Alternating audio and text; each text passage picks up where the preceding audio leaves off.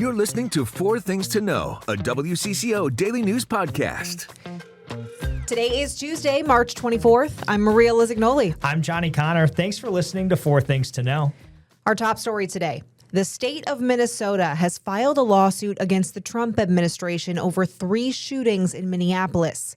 The state accuses the feds of withholding evidence in the killings of Renee and Alex Pretti and the shooting of Julio Cesar Chavez. The state says the feds withheld evidence in order to protect agents helping with Operation Metro Surge from criminal charges. The lawsuit argues that Minnesota officials have tried to gather evidence repeatedly for those shootings, but those efforts have been shut down by federal officials. The state of Minnesota, through Attorney General Keith Ellison, Hennepin County Attorney Mary Moriarty, and Minnesota Bureau of Criminal Apprehension Superintendent Drew Evans, are the plaintiffs in the lawsuit. The defendants are the U.S. Department of Justice, U.S. Department of Homeland Security, Attorney General Pam Bondi, and former Homeland Security Secretary Kristi Noem. We're going to have much more on this tonight in our later newscasts, as well as online at WCCO.com. Number 2 today, a breakthrough at the state capitol this morning. After months of gridlock, a plan to crack down on fraud is back on track. A long-stalled bill that would implement an independent watchdog is moving forward in the House. Barrett Leone has the details on this new momentum. And you'll also hear from Democratic Representative Ginny Clevorn and Republican Representative Jim Nash. To be clear, this bill is not ready for the governor's desk yet, but this vote is a step forward. It passed a key House committee this morning.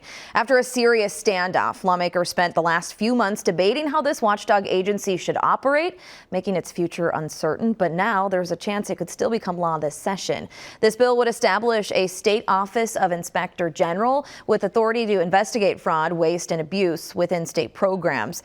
The measure passed in committee this morning closely mirrors the version that already passed the Senate with strong bipartisan support. It would also implement law enforcement powers and allow candidate recommendations for how OIG leadership is appointed.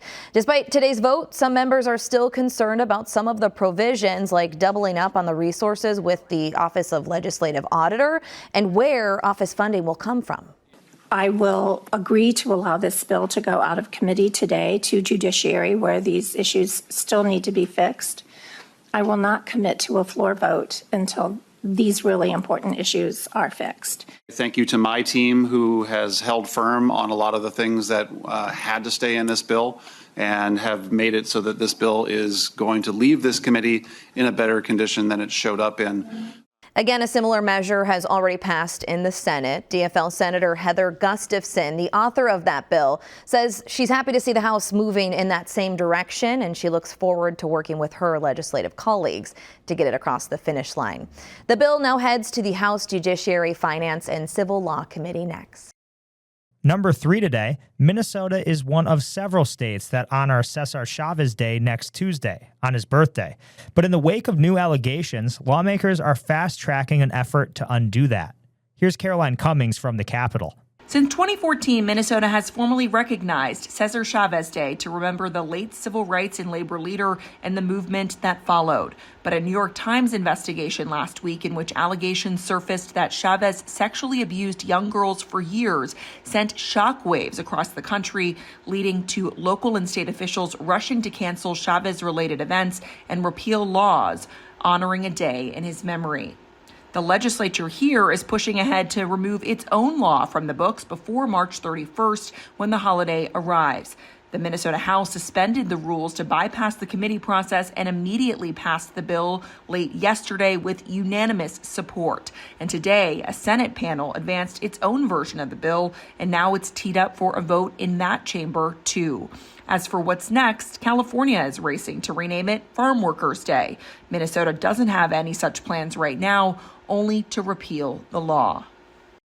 Number 4, a Minnesota woman says she was wrongfully charged for a crime she did not commit. The charges stem from a January protest inside City's Church in St. Paul. That's a case that led to dozens of federal charges, including former CNN anchor Don Lemon. Heather Lewis's charges were dismissed Friday by federal prosecutors. Her attorney, Brock Hunter, says investigators relied on a geofence warrant that placed her in the Cub Foods parking lot where protesters staged before going to the church. Hunter says his client was there picking up items she bought during an auction. And I've seen it in cases where I think it was valuable to the government's case. But clearly it is not definitive evidence, and clearly it did not really prove anything against Miss Lewis, who was just an innocent bystander who got pulled into this.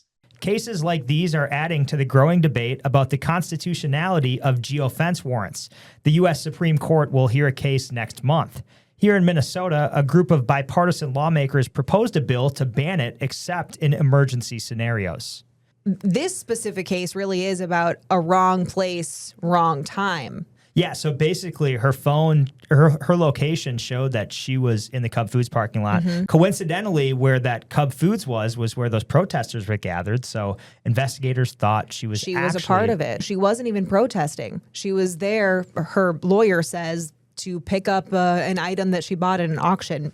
You know, I'm sure it's similar to a Facebook marketplace kind of a thing where you meet up in public and truly just wrong place, wrong time.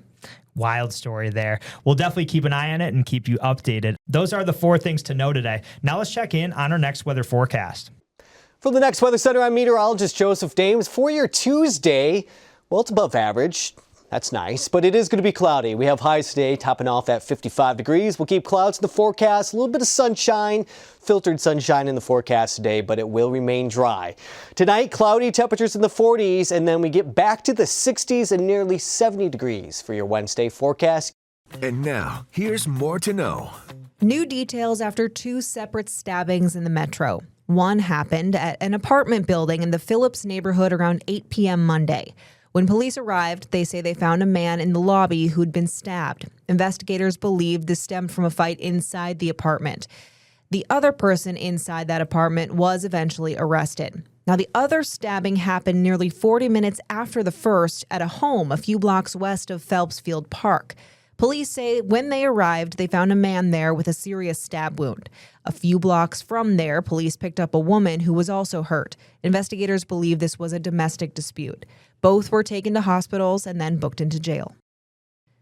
Lawmakers in Washington, D.C. may be inching closer to a deal to fund the Department of Homeland Security and finally end the partial government shutdown. A group of Senate Republicans met with President Trump Monday and returned to the Capitol optimistic about a possible deal. They say they're aiming to finalize legislative text and work toward resolving the impasse later this week. That's after more than 3,400 TSA officers called out nationwide this past weekend. Federal immigration agents are now stationed at several major airports. Border Czar Tom Homan says they are there to assist with crowd control and support the TSA officers who are showing up. Their number one mission there, as the president said, is help TSA with security, help move the flow of people through those lines. President Trump says ICE agents could soon be joined by National Guard troops at airports if a deal to end the shutdown is not reached. We're looking out for your money today as some Minnesotans face sticker shock over tab renewal prices this year. The average driver is paying about 20% more for those little stickers, or actually about $178 extra dollars. That's $178. That is a lot. And it's because the formula for calculating registration taxes has changed. Lawmakers actually passed it back in 2023. It's more expensive than usual for a new car, but the state says the cost of tabs for older cars is actually going down, and many drivers will pay less. Still, drivers we spoke with, like Michael Kopiecki, are not happy. They want a different solution. If it comes down to where everybody's going to get zapped, even on the lower end, no, we can find ways that we can actually trim our budget. Why can't we do that? Now, there is a bill to roll back the changes. It's moving forward in the Republican-led House, but it's stalled in the Senate. Rock legend Bruce Springsteen, singer Joan Baez, and actor Jane Fonda are just a few of the famous names that'll be in the Twin Cities on Saturday. They're joining Minnesotans for the third No Kings event. It's happening in St. Paul. Organizers say the event is for Americans who are united against what they call the Trump administration's authoritarianism and corrupt actions.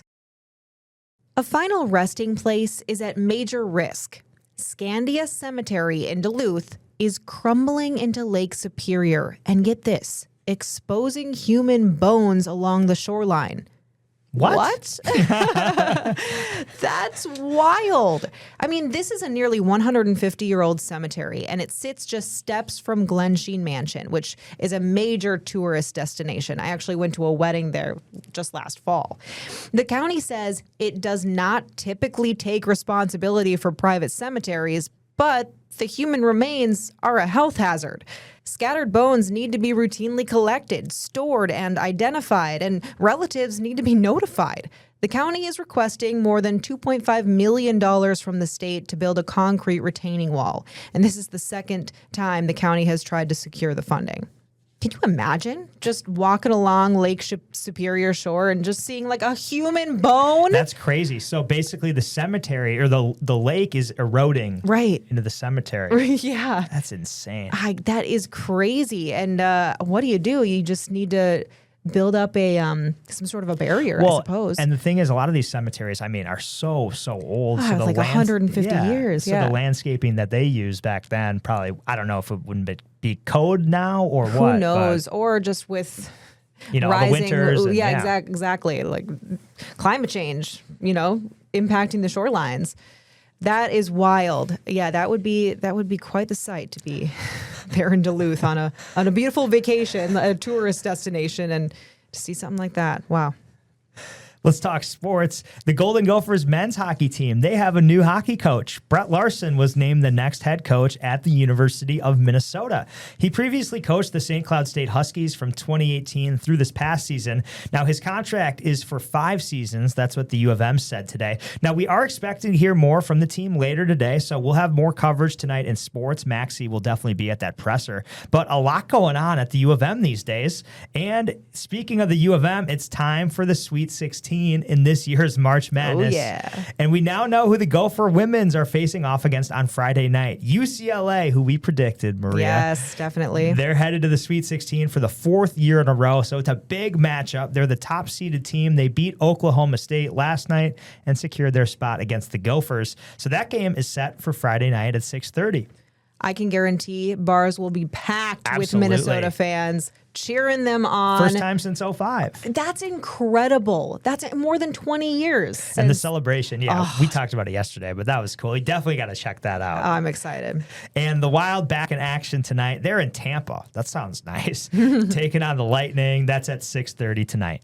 It's time to take a breath with your Daily Bright Spot. Okay, space fans, today NASA outlined a plan to build a permanent base on the moon. Love it. Love it? Absolutely. Would you go work on the moon? I would love the opportunity Or to live? until it's presented to me. I don't know, but Well, hey, it could be in the near future. The agency, NASA, says the goal is to strengthen U.S. leadership in space by establishing a consistent human presence on the moon. And the plan includes more frequent missions, initially targeting landings every 6 months, which is wild because we haven't landed on the moon. A human has landed forever. since the 69, like 1969. Yeah. That's wild. Or since the 70s, maybe. It's been a long time. So it's going to roll out in phases. It's going to start with robotic missions, then building infrastructure, and then, later enabling long-term stays on the moon. Just crazy. NASA Administrator Jared Isaacman says NASA is pausing plans to deploy a space station in lunar orbit called the Lunar Gateway. He says, right. So they were for years now. They've been planning this Lunar Gateway, which is a station that's gonna go orbit around the moon. But now he says there's a new plan. They're going to use the components of that space station to construct a $20 billion base on the moon's surface, and it's going to happen over the next 7 years. America will never again give up the moon. That brings us to the next step. Building the moon base. It should not really surprise anyone that we are pausing Gateway in its current form and focusing on infrastructure that supports sustained operations on the lunar surface. This is super cool. I'm excited to follow this project. I mean, that's a big chunk of change too. You know, you hear a lot of space projects that like aren't really all in. This one sounds like for $20 billion, like it sounds like they're going all out. Yeah, and just I can't imagine. The one thing I think would be the coolest part of going up into our atmosphere would just be seeing like the shape of the Earth. Yeah. You know, how it's like a sphere and you can just like actually see, you know, the curvature of it. That'd be so cool to me. And when you're in a plane, everything looks so small. But imagine when you're up in space, your Earth probably looks so small. You're the next and Gail fragile. King. Let's get you up there. Oh CBS my anchor Maria God. Lisignoli. You wouldn't turn it down. No, I probably wouldn't turn it down. I would definitely go to space. That'd be awesome. All right. Thank you so much for listening here to 4 Things to Know. With Johnny Connor, I'm Maria Lisignoli. We're here with the news you need every weekday afternoon by 3 o'clock. Listen to 4 Things to Know, a WCCO daily news podcast, wherever you get your podcasts.